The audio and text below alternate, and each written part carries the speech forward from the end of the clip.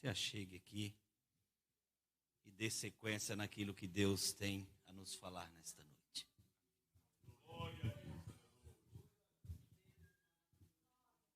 Amados, aceitem a paz do Senhor. Glória a Jesus. Abra a tua Bíblia aí sem perca de tempo. Em nome de Jesus.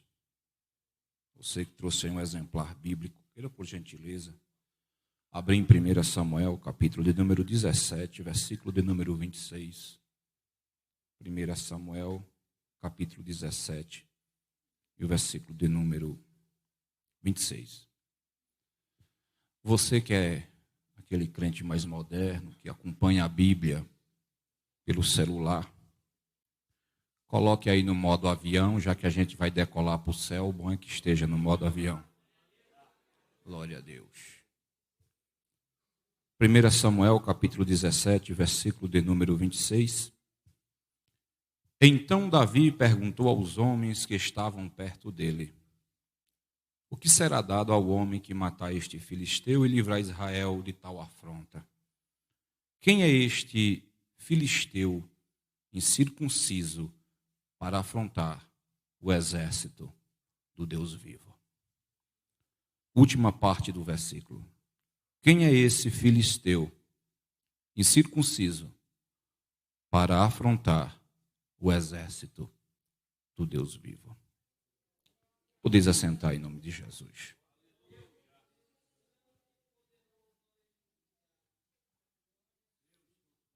Eu quero aqui, meu amado, expressar os meus mais sinceros sentimentos e agradecimento ao pastor Raimundo por permitir a nossa presença aqui.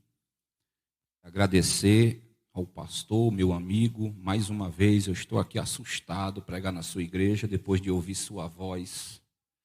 Eu com esta voz de taquara rachada, o Senhor quando falou aqui me fez voltar no tempo, na época que não se tinha internet, quando se ia fazer uma telemensagem para alguém, começava aquela voz no telefone no dia do aniversário: hoje alguém muito especial está. Digo, meu Deus, como é que a gente prega num lugar que o pastor tem uma voz de arcanjo, de profeta? Eu fico feliz. Os irmãos, por favor, é só alguns minutos que ouvirão a voz deste nordestino, com esse sotaque arrastado, e depois voltarão a voz de muitas águas de vosso pastor. Meu amigo Deusimar, que conheci aqui através do meu amigo Emerson Delgado, conterrâneo, para mim é uma alegria muito grande estar aqui conhecendo este rebanho. Aos demais obreiros, não vos conheço pessoalmente, conheço o Deus que vocês servem. Para mim é o suficiente para amá-los e respeitá-los em Cristo Jesus. Lhes peço humildemente licença para estar falando aqui diante deste povo, a qual Deus concedeu a todos vocês para governar, para ensinar e para ajudar.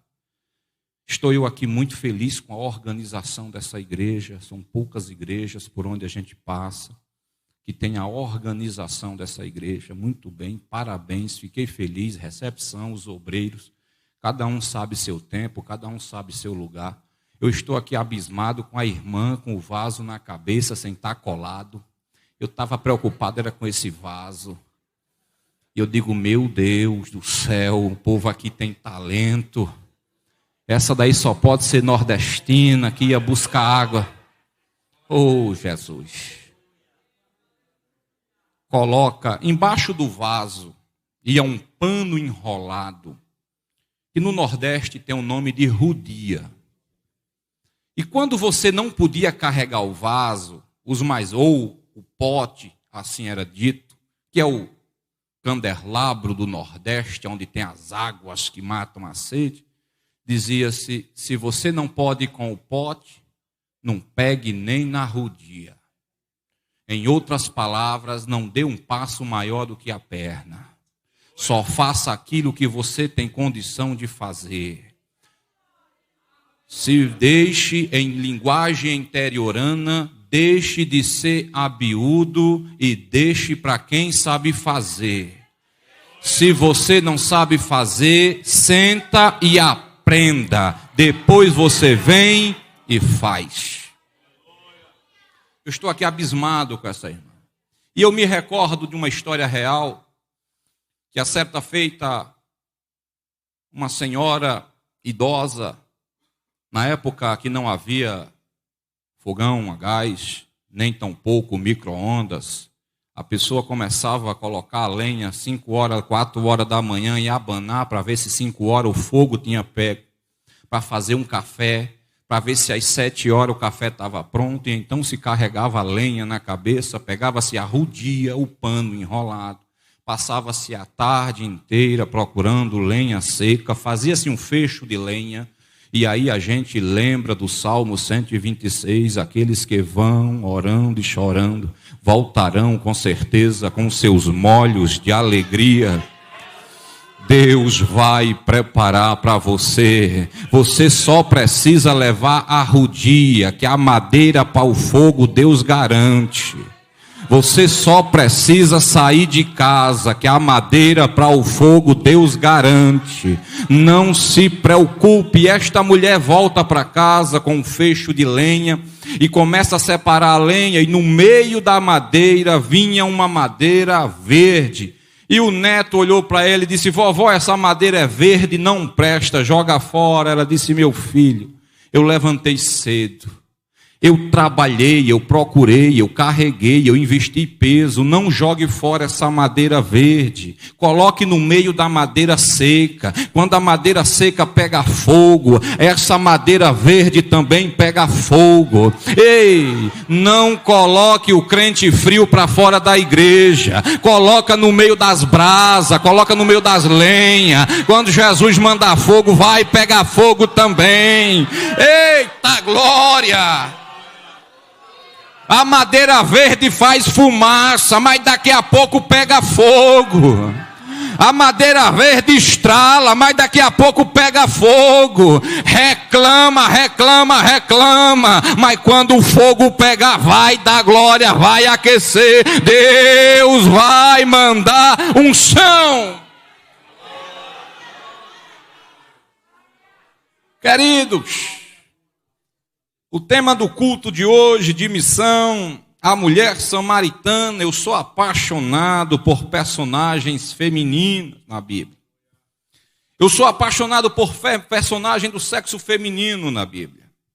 Após a queda adâmica, a mulher foi colocada em um lugar de coadjuvante, de esquecida, de oprimida, porque acredita-se que por ela o pecado entrou no mundo, e o que se esquece do povo hoje, que foi por causa da mulher e no ventre da mulher, que para empatar a conversa o Messias nasceu. Então não existe diferença espiritual de um para o outro, existem normas e regras que precisam ser respeitadas, mas diante de Deus todo mundo é igual. Perguntaram a Jesus, o homem casou, teve uma mulher, e a mulher casou, teve um homem, o homem morreu, ele casou com um irmão, depois com outro irmão, depois com outro irmão. De quem será o marido dessa mulher? Vai casar com quem? Lá no dia que nós estivermos diante do pai Abraão, nem do primeiro e nem do último, porque lá não casa se não dá em casamento, lá não há diferença. Você pode ser barbudo aqui, mas lá no céu é diferente. Tu pode ser homem aqui, mas lá no céu é diferente. Eu vou deixar de ser homem? Não estou dizendo isso, eu estou dizendo que lá é diferente, é glória, é unção, é poder, é majestade. Mas escute, deixa eu lhe dizer um par de verdade, abra o cesto, leve para casa. Todas as vezes que temos personagens do sexo feminino na Bíblia, nós tratamos com o cotovelo, nós tratamos com o pé atrás. Davi não somente premedita a morte de alguém após adulterar como executa, e nós chamamos de Davi homem segundo o coração de Deus. Abraão mente, e nós dizemos que ele é o pai da fé. Jacó, o enganador, o suplantador, e nós tratamos ele como Israel. É interessante que quando a mulher de Jó, ela simplesmente diz uma frase, nós a tratamos como louca, desvarida, desmantelada, sem falta de Deus. Vamos olhar de uma maneira mais messiânica, com mais compaixão para essa história. Jó era rico, a mulher era rica. Eu já ouvi falar de amor de mãe, mas nunca ouvi falar de amor de pai, e ele existe. É interessante que ela teve vários filhos, ela amamentou, ela criou, ela gerou. E no momento que Jó se mete no problema que se mete, ela perde os filhos de uma única vez, fica pobre de uma única vez, e é ela que vai cuidar de um homem que está com um câncer da ponta do dedo do pé ao fio de cabelo. Após muitos longos anos de luta, cuidando do pobre miserável Jó, com a sua vida emocional em frangalhos, com a sua esperança totalmente destruída, em um momento de fraqueza, ela abre a boca e diz: amaldiçoa esse Deus e morre. Mas continuou cuidando de Jó, continuou do lado de Jó e não abandonou Jó. Quando Deus vira o cativeiro de Jó, deu tudo novo a Jó. E quem estava lá? A mulher de Jó. Escuta uma verdade espiritual para você nessa noite: não julgue teu irmão no momento de fraqueza, não julgue teu irmão quando ele estiver cansado, não julgue teu irmão quando as forças tiverem ido embora, porque Deus ainda levanta o cansado e oprimido. É Ele que diz: vinde a mim.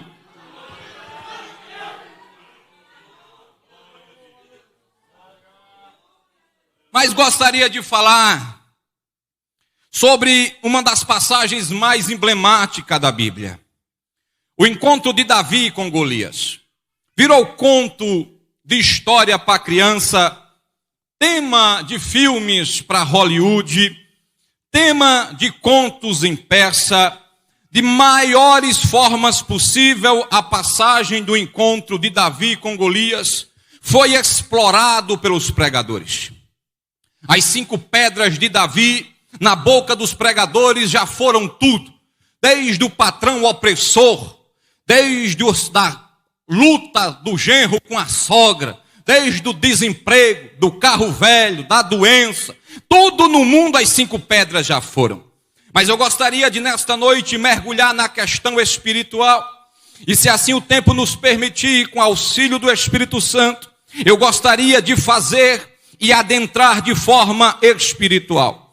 Nós nunca vivemos uma época tão preocupante para a alma humana como nos dias atuais. Na época dos primórdios da igreja, brigava-se pelo corpo dos cristãos nos Coliseus de Roma. Morria-se o corpo e o espírito subia para Deus. Ninguém estava interessado na psique humana. Ninguém estava interessado na vontade humana. Ninguém estava interessado no desejo humano. Não se explorava as faculdades mentais e os recantos mais escondidos da alma humana, de seus desejos, dos seus anseios. Ninguém nunca havia levado a sério o que profetizou o profeta quando disse: perverso é o coração do homem, quem o conhecerá? Ninguém tinha levado tão a sério o que disse Deus após o dilúvio: não destruirei mais o homem, porque a sua imaginação é má desde sua meninice. Ninguém tinha entendido de forma extraordinária o que já havia dito Salomão, aonde ele tinha dito: Deus fez o homem bom, mas ele buscou muitas invenções. Hoje a coisa está complicada. O diabo não está de olho no teu corpo, ele não está de olho no que você veste ou deixa de vestir, ele está de olho na tua consciência, na tua mente, na maneira que você vê. A ciência se multiplicou segundo a profecia de Daniel, e hoje as pessoas estão vivendo muitos anos. Você vai ter hoje, nesta noite, pelo menos 4 gerações vivendo, convivendo e adorando a Deus na mesma igreja. A pessoa que viveu nos anos 40 com a pessoa que está vivendo hoje em pleno 2022, a maneira de perceber, a maneira de entender, a maneira de ver, a maneira de perceber o outro mudou. Então você vai ter hoje não um convívio de gerações, mas um conflito de gerações. O jovem olha para o velho e diz: tu é atrasado e retrógrado. O velho olha para o novo e diz: tu é desmantelado e frio. E aí há uma briga de geração. Ser jovem hoje é complicado. Se é feliz demais, é vaidoso. Se veste bem demais, está querendo chamar atenção. Se não se veste, é desleixado. Se penteia o cabelo demais, ajeita a cara, dá uma guaribada, como se diz lá no Nordeste, é vaidoso ou vaidosa. Se não faz, está feio, está carcomido, está atrasado. E é interessante que há uma briga dentro de gerações. Há uma briga pela maneira de vestir, há uma briga pela maneira de entender, pela maneira de adorar, pela maneira de dar glória. Até os hinos é motivo de briga. Na minha época, o hino era diferente. Não é esses hinos frios que hoje tem. E assim a igreja vai perdendo. Deixa eu lhe dizer uma coisa: não desperdice a sabedoria do velho e não jogue fora a juventude do novo. Se juntar a sabedoria do velho com a força do novo, o diabo tem que sair do meio.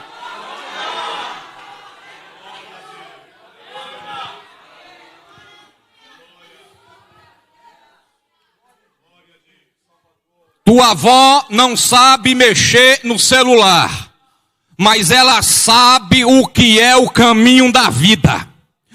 Tua avó não sabe mexer no Instagram nem no Facebook. É missão que estamos falando. É de missão que vamos falar. Eu prefiro trazer a missão para dentro da igreja. Outro dia um pregador vem falar aqui de missão transcontinental. Missão continental, missão na sua cidade, no seu bairro. Mas eu gostaria de fazer você olhar para dentro de casa e perceber que você tem um almanaque de experiência dentro da sua casa. Seu pai, sua mãe, seu avô. Aprenda uma coisa: aonde você não foi, eles já passaram. E passaram sem a ajuda do Google.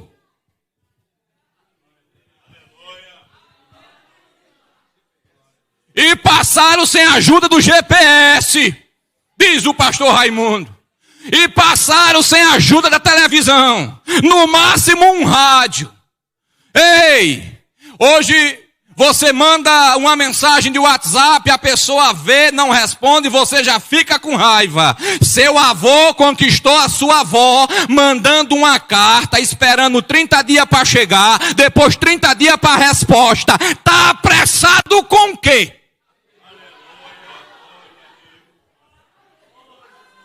Há uma briga de gerações. Os antigos dizem, a minha época é melhor. Os atuais dizem, melhor é a minha época. E aí você começa a perceber que há uma briga. Veja, nas mínimas coisas você percebe a briga de gerações. O meu avô usava calça esquenta-coração aqui embaixo do peito. O meu pai usava aquela calça na cintura. O meu filho está usando uma calça com 4 dedos para fora da cueca aqui, ó. Eu estou vendo qualquer dia ele chegar na igreja puxando um carrinho e a calça no carrinho. O meu pai, quando a calça rasgava, jogava fora. Hoje você tem que comprar a calça já rasgada, ainda é mais caro. Então cada um na sua época. E eu gostaria de perceber e dizer a vocês que esta briga tem trazido para a igreja o que eu lhe alerto hoje de maneira extraordinária. Preste atenção e escute, Deus está falando com você. Nós vivemos uma época hoje em que até aqui os princípios judaico-cristãos nós preservamos. Mas de um tempo para cá nós estamos jogando na latrina e no lixo hoje o princípio judaico-cristão. Nós até aqui, nós gritamos pelo bem da família e não precisava ser cristão para dizer que família era o homem, a mulher e sua prole. Mas o mundo hoje diz que a família cristã nada mais é do que o homem, uma mulher oprimida e uns filhos opressores. Mas deixa eu lhe dizer uma verdade, isso é conversa de Satanás. O projeto de Deus ainda continua de pé e a família que ele fez ainda está aqui. Deixa eu te dar um anúncio, deixa eu dizer algo para você. Abra o ouvido, prepare o tímpano, deixa eu rasgar uma verdade. A igreja não está doente, a igreja não está falida, a igreja não está perdendo e a igreja não está retrocedendo. Eu provo na Bíblia, o maior profeta da terra, chamado Jesus de Nazaré, gritou a plenos pulmões e disse, ele abriu a boca, sobre esta pedra edificarei a igreja e as portas do inferno não vai prevalecer.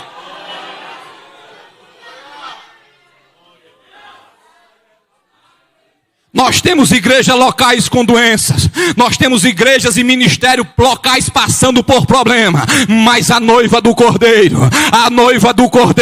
nos quatro cantos da terra, Deus está cuidando pessoalmente. O Espírito Santo não é péssimo mordomo. A noiva vai chegar sem mancha, ela vai chegar sem mácula. E quem tem ouvido, ouça o que o Espírito diz às igrejas. Mas pastor, a política entrou na igreja, entrou nada, entrou em algumas. A política entrou no seio da igreja, a igreja está sem mancha. Ela pode ter entrado no organismo, ela pode ter entrado na instituição, mas a noiva do Cordeiro está sem mancha, está sem marcha, está sem mancha. Quando a trombeta tocar, ela será arrebatada. Não está.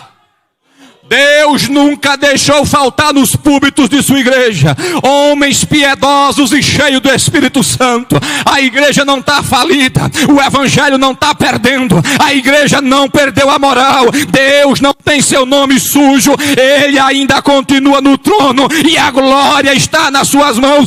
Para de ouvir conversa do diabo e só caminha e adora. Está na hora de desligar a televisão um pouco e ouvir Deus. Está na hora de deixar de ser doutrinado por esses tal de pastor coach, que para mim nada mais é do que pastor coitado. Desliga esse YouTube, bota teu joelho no chão, abre a tua Bíblia. Deus ainda está no controle.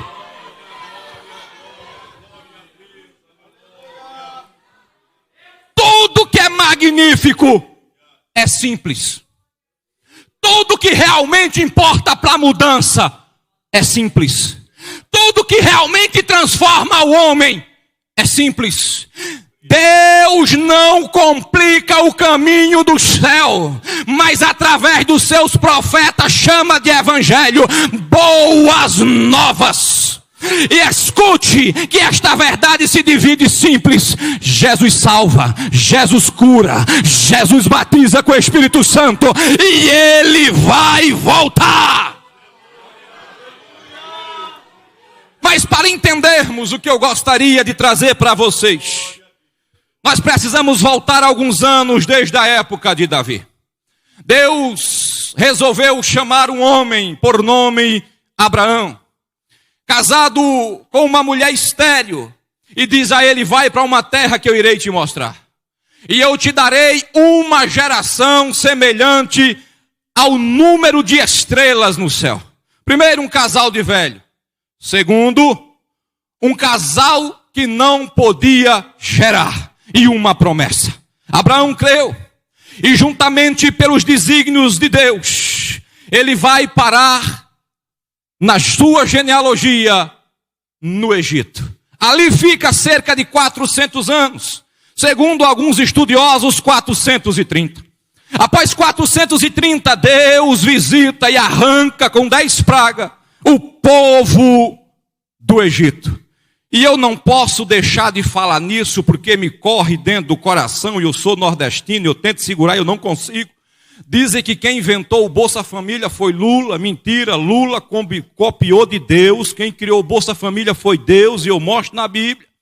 Quando Moisés foi deixado para morrer no rio, foi parar ali na filha de Faraó. A filha de Faraó pegou Moisés e pagou uma Bolsa Família para Moisés tomar conta do próprio filho. É ou não é milagre de Deus? Então quem fez esse negócio foi Deus, e quem copiou foi eles. Mas Deus é assim: quando Ele quer fazer, Ele muda as estações do ano e do tempo. Ele vai chegar na tua casa, não se assuste. Se Deus prometeu, só descansa. Se plantou, espere a colheita. Se orou, baixa a tua cabeça, levanta a tua boca e diz: só Deus é o Senhor.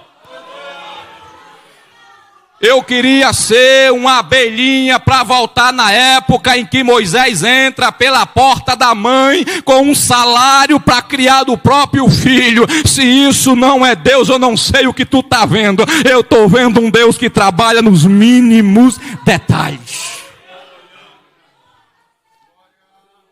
Após 430 anos, Deus usa o Moisés, arranca o povo do Egito, 40 anos no deserto. Se você colocar no Google Maps, dá 6 dias de caminhada, 6 dias de caminhada. Se você colocar no Google Maps, coloca lá, para tu ver, dá 6 dias. Levou 40 anos, porque reclamavam demais.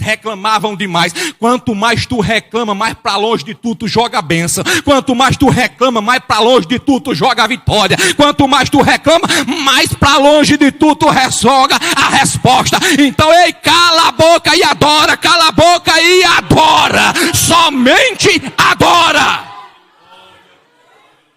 Após 40 anos, na pessoa de Josué, Deus recolhe Moisés, entra após passar o Rio Jordão, o povo na terra prometida, na terra de Canaã.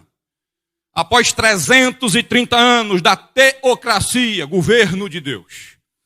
330 anos Deus governou o povo através de juízes. 330 anos assim era Israel.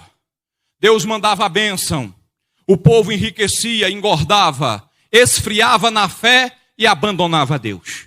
Então Deus mandava praga, Deus mandava peste, Deus mandava prova. O povo se arrependia, chorava, clamava a Deus. Deus se compadecia, sarava a terra e mandava bênção de novo. O povo enriquecia, engordava, melhorava, ficava bem. Mais uma vez abandonava Deus. E ao abandonar Deus vinha a prova, vinha o chicote de Deus. Vinha o chicote do Senhor. O martelo em cima da bigorna. O martelo em cima da penha.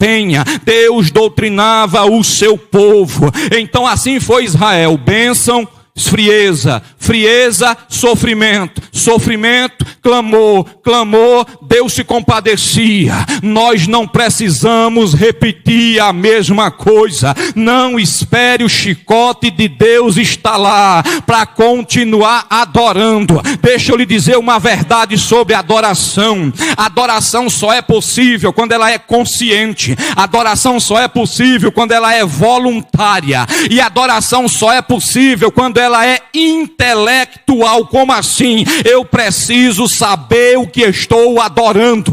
E é por isso que alguém grita a plenos pulmão: eu sei que meu Redentor vive e que por fim se levantará sobre a terra.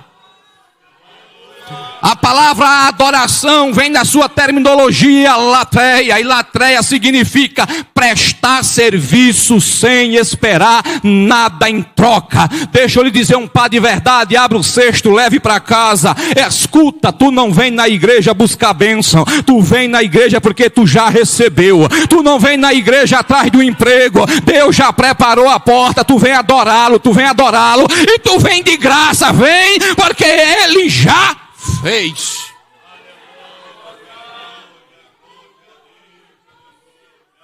Então, ao final de 330 anos, o último juiz de Israel, Samuel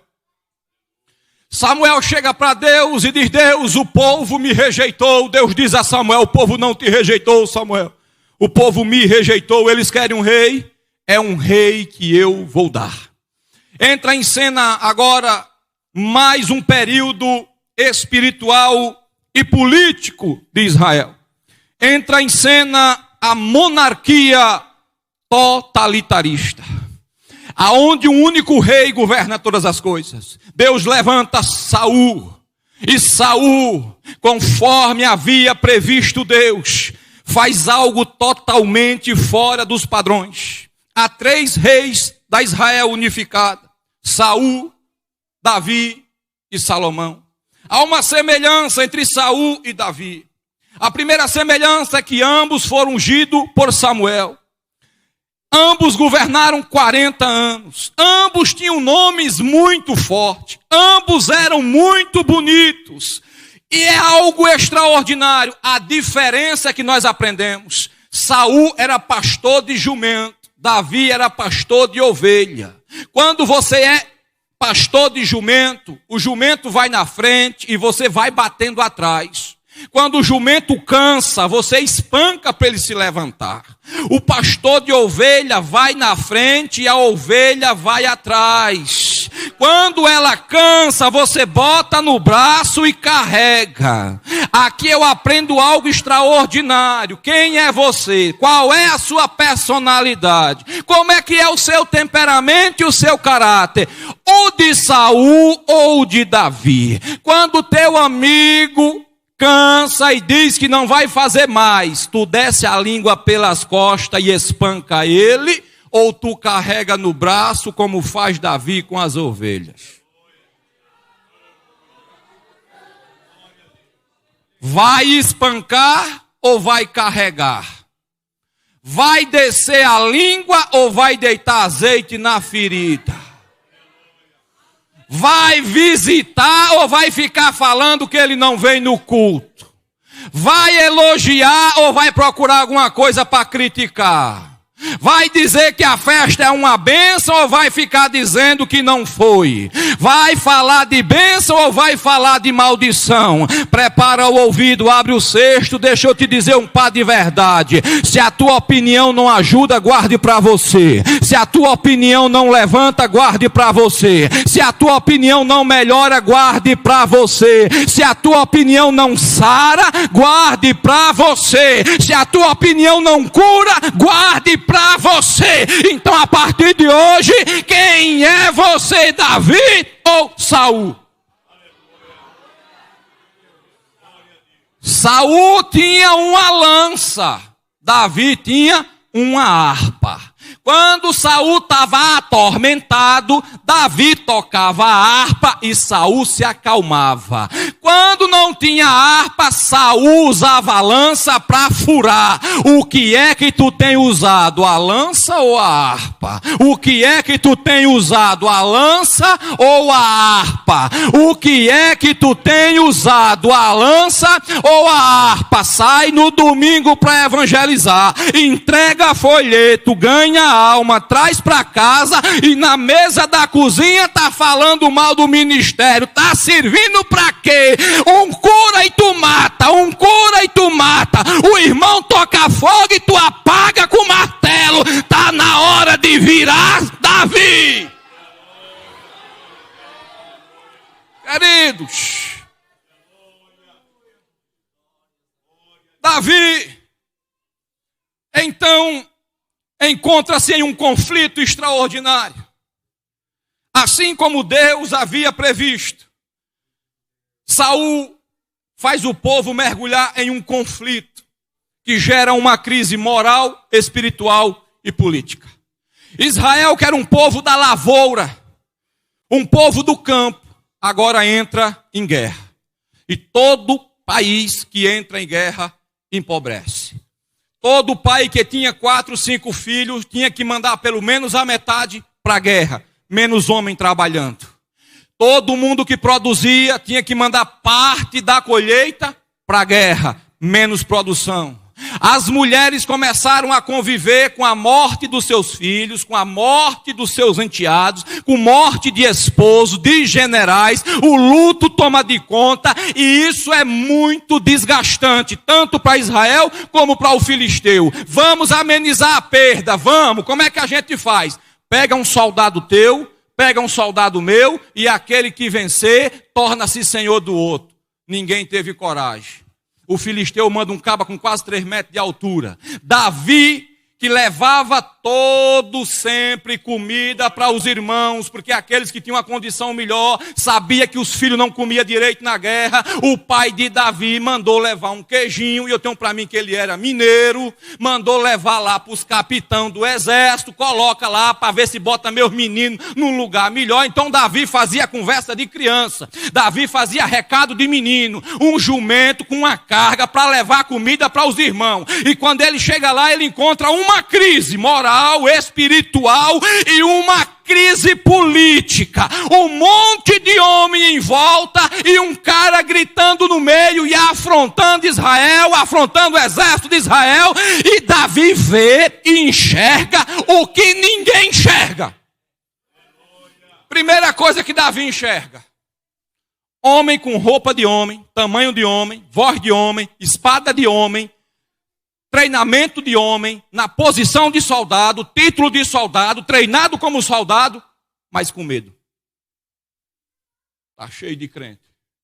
Já pregou, já cantou, já evangelizou, já expulsou demônio, já falou em língua, já teve revelação, já teve intimidade com Deus, tem tamanho de crente, tem cheiro de crente, tem nome de crente, é filho de crente, anda com crente, Deus está com ele, mas está com medo.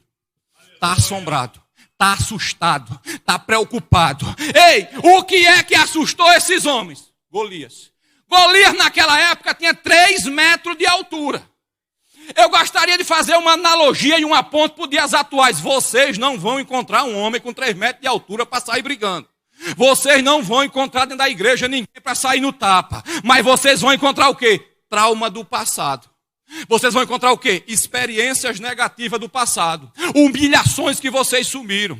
Pessoas que vocês escutaram que não deveriam escutar. Sonhos que não se concretizaram. Ideias que não deram certo. Isso criou dentro de vocês um trauma. E Deus está dizendo aqui hoje: levante a tua cabeça e esquece o passado. Porque eu sou Deus de coisa nova. Quando Deus fala com Gideão, Gideão olha para Deus e diz: o que é feito do Deus dos meus pais? Eu estou colocando trigo no lagar. Lagar é onde guarda vinho. Eu estou guardando trigo, que é para ninguém roubar. Minha nação está destruída. Sabe o que é que Gideão está querendo dizer? Cadê o Deus que abriu o mar vermelho? Cadê o Deus que mandou o maná? Cadê o Deus que destruiu o faraó? Aonde foi parar esse Deus? E o anjo olha para ele, não o repreende, mas diz: vai nesta tua força, vai nesta tua força, vai nessa tua força, vai nessa tua força, e então livrará Israel. O que Deus está dizendo para você é: o passado não importa, o que importa é daqui para frente. Levanta a tua cabeça, eu posso trazer de novo. Eu não quero namorar porque tive uma experiência negativa. O meu casamento não vai bem, a minha profissão não vai bem. Deus está querendo dizer: o passado não me interessa. Eu sou Deus de coisa nova. Segunda qualidade de soldado que Davi encontra: tamanho de homem, roupa de homem, espada de soldado, treinamento de soldado, tamanho de soldado, patente de soldado, mas agindo como menino, agindo como criança. Quando Davi perguntou: quem é esse aí que afronta o irmão de Davi com ciúme? Porque a ciúme é atitude de infantilidade espiritual. Não tenha ciúme do teu companheiro de ministério. Se Deus está usando ele, dê glória a Deus. Se Deus está usando ele, dê glória a Deus. Se Deus está tomando ele, dê glória a Deus. Está cantando melhor do que você, dê glória a Deus. Está pregando melhor do que você, dê glória a Deus. Está tocando melhor do que você, dê glória a Deus. Ei, Davi olha e diz: o que vão ganhar? Tamanho de soldado, roupa de soldado, nome de soldado, patente de soldado, mas agindo como menino. Paulo disse: quando eu era menino, agia como menino, pensava como menino, mas agora que cheguei adulto, acabei com as coisas de menino. Eu agora amadureci. Ciúme não é para mim.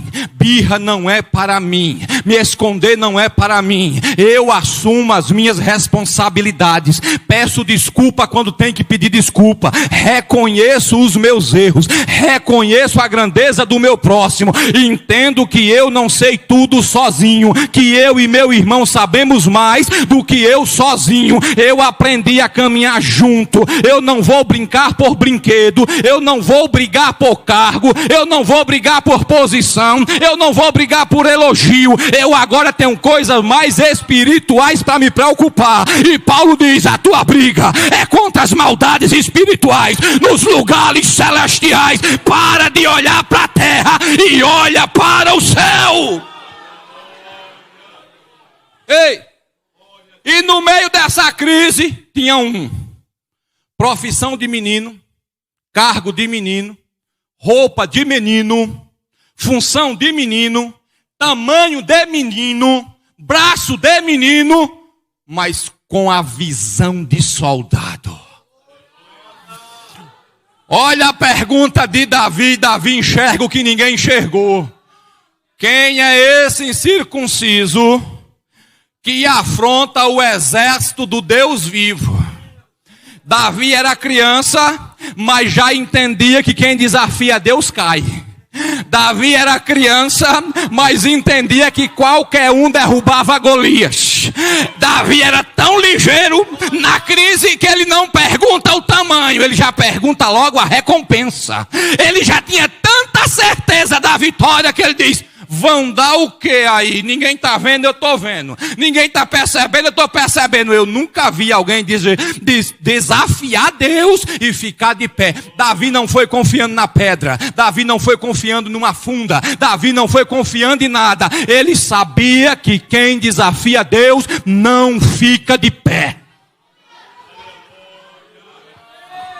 Quer armadura, Davi? Quero não. Tu quer espada? Quero não. Porque quem vai derrubar não é a minha arma. Quem vai derrubar é o Senhor dos exércitos. É o Deus poderoso na batalha.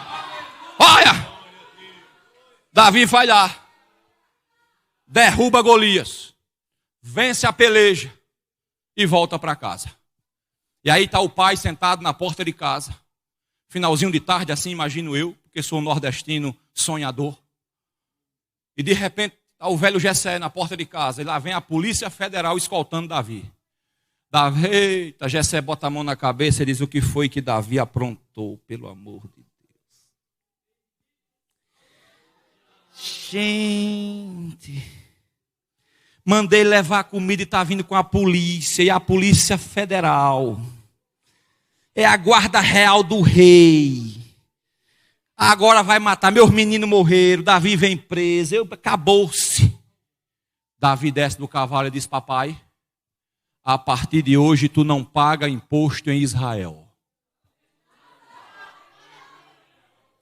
Eu fui promovido à guarda particular do rei. E o Senhor dos exércitos que me livrou do urso e do leão, hoje me exaltou na frente dos meus irmãos. Vai fazer faculdade, não se preocupe, o Deus de Davi vai te dar sabedoria. Quer ser pregador, não se preocupe, o Deus de Davi vai te dar autoridade. Se tu dobrar o joelho na tua casa em secreto, como fez Jesus, o céu vai se movimentar ao teu favor. Deus ainda muda o cativeiro. Tirou Davi da frente das ovelhas e colocou na frente do exército. A criança sem moral e sem respeito, sem tamanho e sem farda, porque Davi tinha unção, e quem tem unção é implacável diante do inimigo. Quem tem unção diante de Deus não cai. A unção ainda é a diferença. A unção ainda é a diferença. A unção ainda é a diferença. Sabe qual é a diferença entre eles e nós? A unção, quem tem, tem. Quem não tem, receba. Receba a unção de Deus. Entenda, a unção é a diferença. Fique de pé em nome de Jesus, com a permissão do pastor.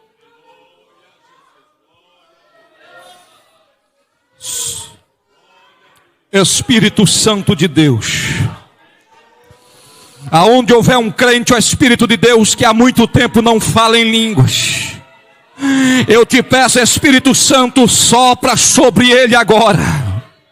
Renova a aliança que um dia foi prometido, variedade de línguas, dom de profecia, dom da sabedoria, dom da ciência, Deus batiza crente com o Espírito Santo hoje. Que crente volte para casa hoje com roupa de crente, tamanho de crente, cheiro de crente, atitude de crente. Que a unção os acompanhe. Abre a porta do céu, derrama do teu azeite, da tua glória. Senhor meu Deus, aonde houver crente com chamado, lembra do chamado do ministério. Senhor, arranca daqui desta igreja missionários e missionárias, homens cheios do Espírito Santo, mulheres cheias do Espírito Santo, jovem, velho, menino, criança. Derrama uma cachoeira de bênção sobre a tutela do teu filho, o pastor Raimundo. Deus, confirma o ministério do teu povo e derrama da tua glória, derrama da tua unção. Aonde houver um crente, Deus, dá coragem, dá visão, Deus, dá visão, faz enxergar, dá estratégia, oh Deus.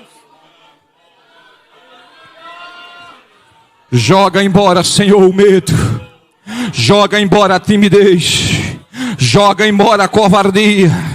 Que eles agora olhem com visão e enxerguem, Deus, Tu és o Deus de Israel. Tu és o Senhor do milagre. Tu és o Deus da resposta. Tu és o Deus, Senhor, que dá quando quer. E eu te peço, Senhor, Deus, se houver alguém enfrentando alguma crise de ansiedade entre nós, eu repreendo este mal agora em nome de Jesus. Se houver algum jovem, irmão, ou jovem, ou moça, rapaz, idoso, enfrentando qualquer tipo de depressão, eu repreendo agora em nome de Jesus. Que haja, Pai amado, o desejo de continuar vivendo, te adorando, devolve a alegria e a força. E eu digo a este mal, saia em nome de Jesus. Cérebro em mau funcionamento, devolva a química necessária para que os teus filhos continuem felizes e sorrindo. Se tiver alguém no nosso meio enfrentando qualquer tipo de insônia, eu repreendo isso agora em nome de Jesus. Vai chegar em casa hoje, vai dormir, eu profetizo. Qualquer tipo de medo sem sentido e sem explicação, ansiedade com medo de perder o emprego ou de não arrumar um emprego, jovens que estão passando por um vestibular, por uma faculdade e estão enfrentando qualquer tipo de desconforto emocional, obreiros que estão passando por qualquer crise existencial, seja mental, química ou espiritual, eu te peço, Deus, estende as tuas mãos agora, porque tu és o Deus da cura, em nome de Jesus, amém.